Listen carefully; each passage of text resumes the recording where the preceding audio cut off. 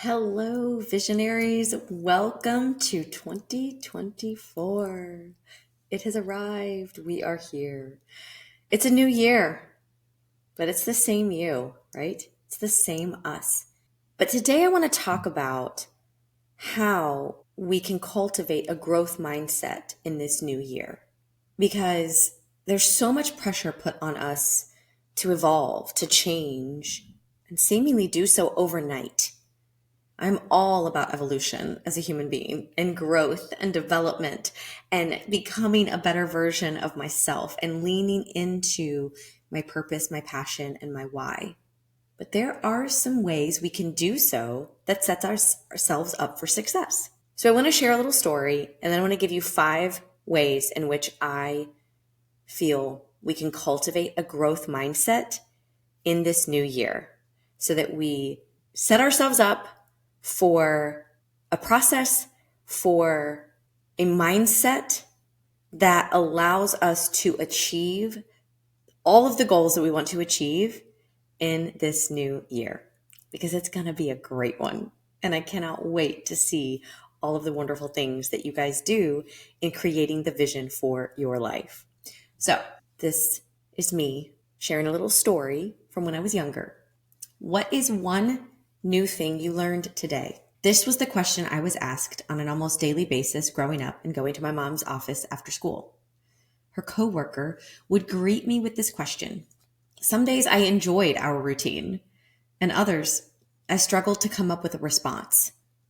I venture to say that more often than not I struggled to come up with a response. But the idea that he was purporting, I found out when I asked him out of annoyance and frustration on one of the days when I was struggling to find a response to his question, was simple.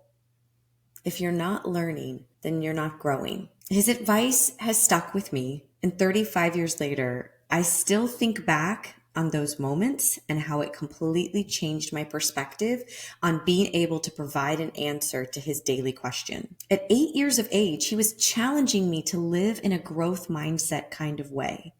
And the irony is that he had less than a high school education. Yet he knew that in order to grow and improve ourselves, we must never stop learning. Cultivating a growth mindset is something that can benefit us greatly in the way we live our lives. While there are people who can more easily adapt, change their attitude and perspective to life without many obstacles, a growth mindset involves adopting an approach to embracing challenges.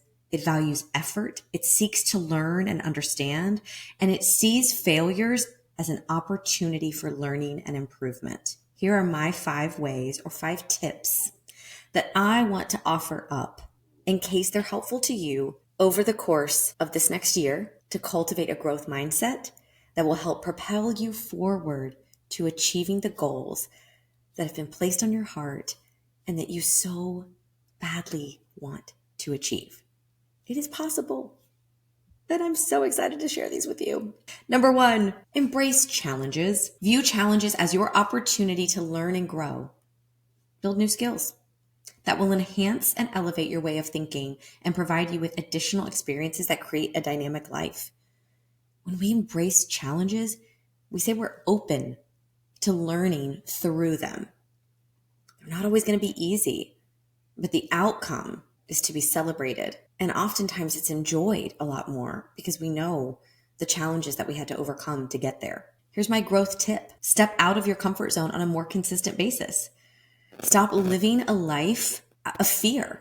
I had the opportunity last year to meet and connect with author Dia Bondi. She wrote a book. We'll tag it in the show notes, and I'd love to have her on the podcast in this new year. But it's called Ask Like an Auctioneer, where she coined the phrase stepping out of your ZOFO, which is your zone of freaking out. So whenever you're faced with challenges or a need for something in your life or your business, or just because you want to push yourself to better understand who you are and what you're all about. When we ask for what we want, even if it scares us, we are proving we have what it takes to challenge ourselves and cultivate a growth mindset. What are some ways in 2024 that you're going to step outside of your comfort zone, get into your zone of freaking out, and ask for what you want. Seek what you want. Go make happen what you want. And here's a journal prompt for you as well. Write about a time when you did step out of your comfort zone and you decided you were going to challenge your fears and your natural inclinations. How did it make you feel? What were the aspects of breaking out of your comfort zone that helped you learn more about yourself and what you're capable of accomplishing? What would you do differently, if anything, next time? Number 2, reframe feedback as a positive.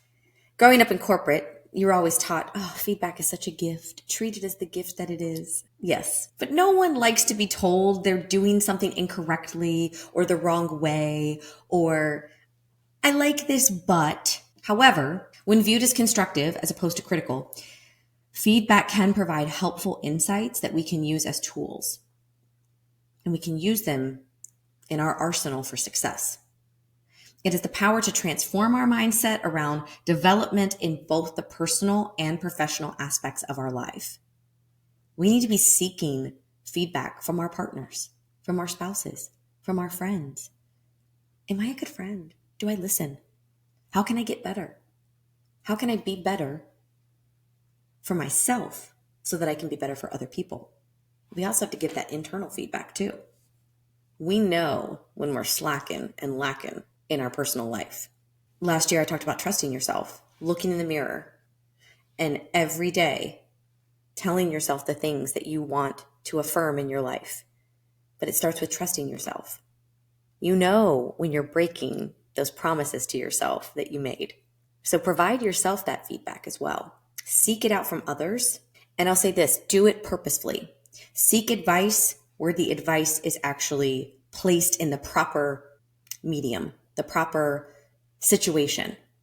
I'm not going to go seek feedback or advice from someone who doesn't do what I do because they've never been in my position. They don't know what it is that I'm doing. So seek it in the right way. So the growth tip is just that, ask for feedback. Actively seek it from others, whether it is a coworker, a spouse, or a friend. Doing so can identify or highlight areas for opportunity or improvement in the workplace and in your personal relationships. If you're able to ask for feedback, it demonstrates that you have the capacity to learn and grow. Organizational psychologist Adam Grant does discuss this in his book, Give and Take, and how givers who give of their time and of their feedback, of their energy, of their effort, of all of that, they just live a more fruitful and a more meaningful life. Journal prompt. Reflect on a time when you asked for feedback, received it, and it helped propel you forward to greater success. We've all had those moments. Could have been a tough love moment. Could have been I need you to step it up moment. Here's my feedback on this. Had you been more prepared, you would have been more dynamic, more dynamite. You would have crushed it. Instead, you were so-so. So next time, be prepared. Be more dynamic. Show up ready to crush it, and you will. Seek that advice. With the journal prompt, reflect on a time when you asked for feedback, received it, and it did propel you forward for greater success. If you haven't asked for feedback, then write from the perspective of wanting to do so, addressing all of your fears around asking for feedback, the thoughts that might go through your head during that process, the feelings, the actions that you would take based on that feedback, and then decide what the results are going to be as an outcome of the feedback that you receive. Walk yourself through that process. Sometimes when we write it out, when we put it on paper, it helps us to better visualize what that's going to look like in real life and real time. Number 3, value, effort, and persistence. I say this often, but I'm going to repeat it as we're at the beginning of the year and everyone's going to go full force through all of their goals. Let me remind you, 92% of people fail at their New Year's resolutions. 62% give up in their first month. There is something to be said for the value of effort and persistence, for going the distance, for sticking with it, because only 8% of people will see through their New Year's resolutions to fruition. This is why I'm vehemently against New Year's resolutions, because we make all of these goals and we try to accomplish all of them within such a condensed and short amount of time. And then we base our worth, our effort, our value, everything on the fact that we either did or didn't complete them within a month's time. There's very little in my life that's not task oriented that I can complete in a month's time. Big projects, working with clients. It's why I work with them for 3 months at a time, because there's not a lot that I can get done in a month with them. It's consistency. It's building the value of effort and persistence. Celebrate your small wins along the way to success, not just the results that you achieve when hitting or reaching the goal. Another reason why we give up on New Year's resolutions. By focusing on the process, consistency, and effort that you put into a task rather than solely on the outcome, it becomes easier for you to recognize and celebrate your hard work. Guys, if you have done any work with me at all, you know there are 2 questions in my planning questions. It's a big long list of them that I focus on. What is the number one goal that you want to accomplish this year? Everyone's got it. Think about that goal. What is the number one goal that you want to accomplish in 2024? Write it down. Do that dang goal. Make it happen this year. Use this as your opportunity to do it. But value the effort and the persistence that it's going to take to get there. Set systems in place that will provide success for you and create a process that you can actually commit to and show up for yourself every day. Celebrating the small wins along the way. Because that's the next question that I always focus on. How are you going to celebrate your small wins? Are you going to get to the end of each week and participate in my Friday 5 and spend 5 minutes journaling on all of the wins and the small successes that got you to that day and that moment? Are you going to reward yourself with a glass of wine, a movie with friends, whatever it's 30 minutes alone in a padded room, whatever? How are you going to celebrate those small wins? Defining and outlining those has a huge impact on our overall mentality, our emotional attachment to the goals that we want to achieve. It provides such insight, valuable insight into how we operate. We are, after all, human. So positive reinforcement, whether we give it to ourselves or someone else does, still works in the same way. So create moments where you can celebrate your wins and be truly proud of the effort and the work that you're putting in. So I've probably already gone through my growth tip throughout this, but I'm going to read it anyway. So push through. This is the growth tip. Push through even in times of difficulty, setbacks, rejection, and even failure, because each of these teaches us something that we can learn from. Spend time understanding how you can learn from these moments so that you can bounce back and refine your approach. The times that I have failed, been rejected, been told no, every single one has created an opportunity for me to get better, to enhance, elevate, and level up how I approach my life, how I approach the next client, the next potential client, the next ask. So I view success as the sum of all of my failures because that's what got me there. That's what propelled me and pushed me forward. One of the best resources on this topic of effort, persistence, pushing through is Relentless, From Good to Great to Unstoppable by Tim Grover. It's a phenomenal book. If you were on one of my teams in corporate, you read that book. I do love it. It's great. The journal prompt. Describe a time when you persevered through setbacks and overcame struggles and obstacles along the way to achieve something you had been working towards. Spend time reminding yourself of how far you have come and all of the things you've done along the way. If you're going to do the work to get to know yourself this year, then do the work to acknowledge all of the things that you're doing that is getting you there. Okay, number 4, be curious. Cultivate curiosity in your daily life. Just like my mom's coworker did for me, we all must develop a love for learning if we're going to grow. So be curious. Cultivating a genuine interest in expanding your knowledge and skills increases your capability of being able to redirect, to pivot, and adapt when needed. These are huge benefits of a growth mindset. So my growth tip is to ask questions. and seek to understand different perspectives and approaches to living, day-to-day tasks and functions, as well as other people's opinions and ideas. Why did they think the way that they think?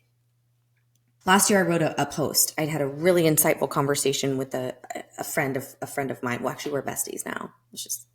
And we were talking about the work that he does as a psychologist, as a therapist. And what I love is that we get to evolve. Like, the root of what we were discussing was that we get to evolve. We get to learn more. We get to grow. We get to change our minds about things. We get that opportunity because we're given the opportunity to live this life. So we got to make the most of it. We've got to make the most of this life. Be curious. Always ask questions, which then led me to one of my favorite scenes in Ted Lasso. And if you haven't watched that, get Apple TV just for that show. It's incredible. I consider myself a female Ted Lasso. I do love him. And I know it's a fictional character, but whatever. Anyway, moving on. I love that show. Put that on your binge watch list for 2024. Doing this can foster a deeper understanding for and enjoyment of learning, which in turn aids us in becoming more well-rounded individuals. A fun read and a solid resource on this growth tip is further explored and addressed in The Power of Why by Amanda Lang. All right, so my journal prompt. Write 3 questions that you've always wanted to know the answer to. Go out and seek them. Here's the caveat. From conversations you have, not from an online search. Don't go Google the questions you want the answers to. Go out and seek it in the conversations you're having with people, with real people. This helps cultivate our communication skills, our interpersonal relationship skills, and it creates a lasting memory for us of that conversation as opposed to simply looking it up. So many of our synapses and our chemicals in our brains are going to work for us when we have face-to-face conversations. It's why those conversations are so vital and important to our existence. We need each other. We need the human connection. So take the opportunity to not just cultivate curiosity and be curious, but get to know people in the process. I think you're going to find that you might like them, and you're going to get the answers to your question or questions. The 5th one, and maybe one of the most important, especially as we head into a new year, practice positive self-talk. We all have moments when our negative self-talk creeps in and creates such a loud noise in our head and takes up unwanted space. We have to acknowledge it, but we also have to stay aware and vigilant at combating this whenever it begins to happen, whenever it starts to creep in. That's your checkpoint to say, Let's do that checkup from the neck up and really get aligned with what we know to be true. When you catch yourself thinking this way in terms of limitations, imposter syndrome, or confidence degradation, challenge those thoughts, reframe them in a growth-oriented way by reminding yourself of everything you've done to get where you are currently. We owe it to ourselves to not listen to that narrative. We do just get one life. So if we constantly play into the negative self-talk, the doubt, the disbelief, the I can't, I don't think I'm capable, it takes over our entire mental capacity. And we leave no room for nothing else, for anything else. So really practice positive self-talk in this next year. Here's a growth tip. It also aligns with some other things I've suggested over the course of the podcast. Use affirmations. Write down the positive affirmations you want to be present in your life on a daily basis. On a Post-it note. My Post-it note method and strategy, right? And put it on your mirror. Read them daily. If you're just now listening to this podcast for the first time, I will preface how powerful a Post-it note is. Because my 3 goals when I was in the 3rd grade, which were to graduate college, become Miss Kentucky, and then become a United States Senator, were transferred from a piece of paper that my teacher had given us to write down the 3 things we wanted to do or accomplish or achieve. at my mom's office, probably on one of the days that I was asked, "What did you learn today? What is something new you learned today?" They were transferred onto a Post-it note. That Post-it note would be rewritten multiple times throughout my life from that point on over the next 10 years of my life until I was a senior in high school heading off to college. I did not take the Post-it note with me. I kind of started to treat it a little bit like my blankie, like my comfort security blanket, because that was my North Star. I thought about those 3 goals often. And what was I doing along the way to get there? The journey was long. From the time I was 8, college was a far, far away dream destination. But I kept it at the forefront of my mind and made it a focus, made it something that I paid attention to daily because it was on that Post-it note. So when I went off to college, I created new goals centered around achieving that degree. Furthermore, I wanted to become Miss Kentucky, wanted to be Miss America, wanted to get that opportunity. So I also had that in the forefront of my brain the entire time as I'm growing up, as I'm building skills, as I'm leaning into theater and the arts and writing and reading and learning as much as I possibly can, not just about pageantry, but about life in general, to make me a more well-rounded human being. I ended up majoring in political science with a double major in vocal performance and then added a triple in psychology. And it gave me the opportunity to focus on things that I knew I'd been working towards since I was 8. I might not every single day have been driving the bus to college, but I knew where I was headed. And so it shaped some of the decisions I made. It shaped some of the choices I made. It helped me align my goals with the people that I hung out with and that I chose to spend my time with. So there's so much direction and redirection that can be given and provided just simply by writing our goals down. And less than 3% of Americans do so.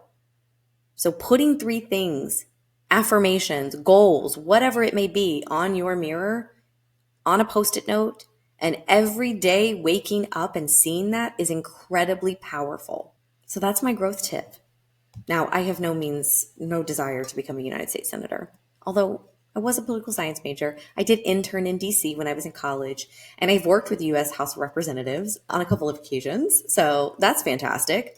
But I have no future plans or goals at all to run for office. So I say that because our goals can change. We've been talking about how we get to evolve. We get to change our minds. We get the ability to grow and develop and become new people, all in an effort to guide us towards the best version of ourselves. We're going to make mistakes. We're going to fail. We're going to say things we wish we had never said. We're going to do things we wish we'd never done. But we get to wake up the next day. We get to decide that day that we can shift and pivot and change. And then we get to go out and make it happen. We get to evolve. But it starts with the story and the narrative that we tell ourselves, that we are good enough, that we deserve that we have every right to change who we are and to become a better person. We have to own that. We have to trust ourselves. And that's where it starts, is through positive self-talk. So my resource for this is a little on the spiritual side. It's called Get Out of Your Own Head by Jenny Allen. But she addresses the toxicity that can wreak havoc on our lives when we placate to our negative thoughts. So if that's something you also are wanting to lean into this year, I suggest you check out that resource. It is a phenomenal one. And like I said, it does lean a little spiritual and faith-based and talks about our relationship with God and how we view that and how we can untangle some of the toxic lies and scripts and narratives that we tell ourselves. So in 2024, let's get out of our own head, and get into the work that we want to create and tell ourselves every day that we're worth it, that our value is that we're here and we're enough. Okay, journal prompt. Take stock of all of your accomplishments. Take stock of the way in which you've changed and evolved and grown and developed into a person that you're proud of. Write about the courage, the moxie, and the mindset you've already had to have in order to be where you are today. Acknowledge how far you've come, because that's a great way to combat negative self-talk when it starts to creep in. Remind yourself of the warrior, of the amazing woman or man or kid that you are, the amazing person that you're becoming along this path to creating the vision for your life. Cultivating a growth mindset is an ongoing process. We are a work in progress. We are a daily work in progress that involves conscious effort and self-reflection, because cultivating this mindset is a learned behavior. This isn't something that is innate. Like I said, some people, yes, can manage different well or better. They can adapt more quickly. They're more flexible. They're more malleable. They trust themselves a little bit more. They had to learn that. They had to build that up. We talked about resiliency last year, flexing that muscle. It's the same thing. Flexing that mindset muscle, that positive self-talk, being curious, embracing challenges, valuing effort and persistence. All of these are muscles that we're building. By incorporating these aspects of building a growth mindset and the foundation of a growth mindset into your daily life, you can foster an approach to living that thrives on challenges and sees continuous improvement as a lifelong journey. As I said somewhere in all of this, we get one life to live. So I want to create the vision for my life every single day, to wake up with joy and excitement and passion in my heart and in my head for what it is that I get to do every single day, which is constantly striving to become a better version of myself, acknowledging that I'm going to have moments when I completely fail, that I don't live up to what it is I'm working to achieve. And that's okay. I'm going to acknowledge it and move on, because tomorrow is a new day and I get to become a better version of myself along this path of life and creating the vision for the life that I want to live. So, welcome to 2024, visionaries. I am excited to bring you along this journey this year. And my hope is that we continue to grow together, that we learn and evolve, and that we take the time to do the work to lean into becoming the best version of who we know we can be. I'm so glad you're here. Happy 2024.